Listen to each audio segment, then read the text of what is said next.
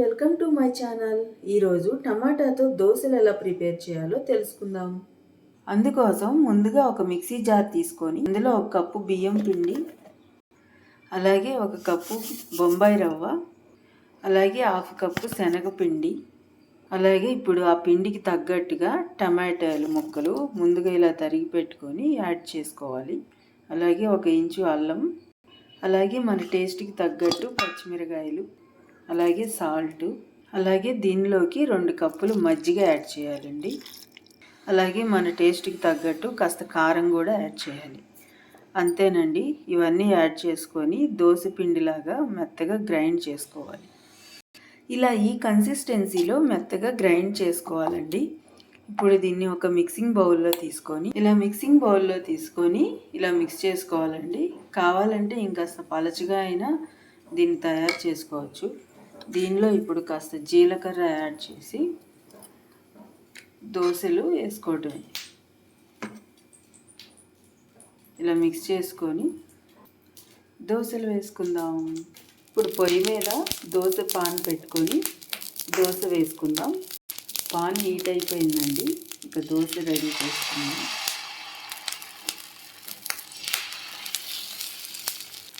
ఇలా దోశ చక్కగా వేసుకోవాలి. స్టవ్ మీడియం ఫ్లేమ్లో ఉంచండి. అప్పుడు దోశ బాగా ఫ్రై అవుతుందండి. ఇలా అయింది కదండి. ఇప్పుడు టర్న్ చేసుకుందాం.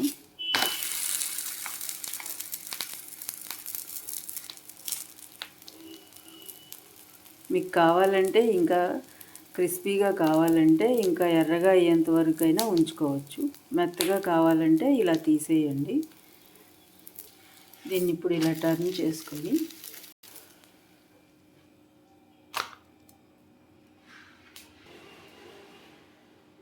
ఇలా మరొకటి వేసాను కదా. ఇప్పుడు దీన్ని నిదానంగా ఇలా టర్న్ చేసుకోవాలండి. చూడండి ఎంత చక్కగా సేమ్ దోశలాగానే వచ్చింది. టేస్ట్ కూడా చాలా బాగుంటుందండి. టమాటా దోశ అప్పటికప్పుడు ఇన్స్టెంట్గా ఇలా చేసుకోవచ్చు. ఇప్పుడు దీన్ని ప్లేట్లో ట్రాన్స్ఫర్ చేసుకుందాం. ఇలా ప్లేట్లో ట్రాన్స్ఫర్ చేసుకోండి. అంతేనండి. వెరీ టేస్టీ టమాటా దోశ రెడీ. ఇప్పుడు దీన్ని ఏ పచ్చడి లేకపోయినా టేస్ట్ బాగానే ఉంటుందండి. మన ఇంట్లో ఉండే ఎటువంటి రెడ్ చట్నీతో అయినా దీన్ని సర్వ్ చేసుకోవచ్చు. ఏ చట్నీలోకైనా ఈ టేస్ట్ చాలా బాగుంటుంది. నచ్చితే మీరు కూడా ట్రై చేసి ఎలా ఉందో కామెంట్ చేయండి. అలాగే లైక్ చేయండి, షేర్ చేయండి, సబ్స్క్రైబ్ చేసుకోండి. Thanks for watching.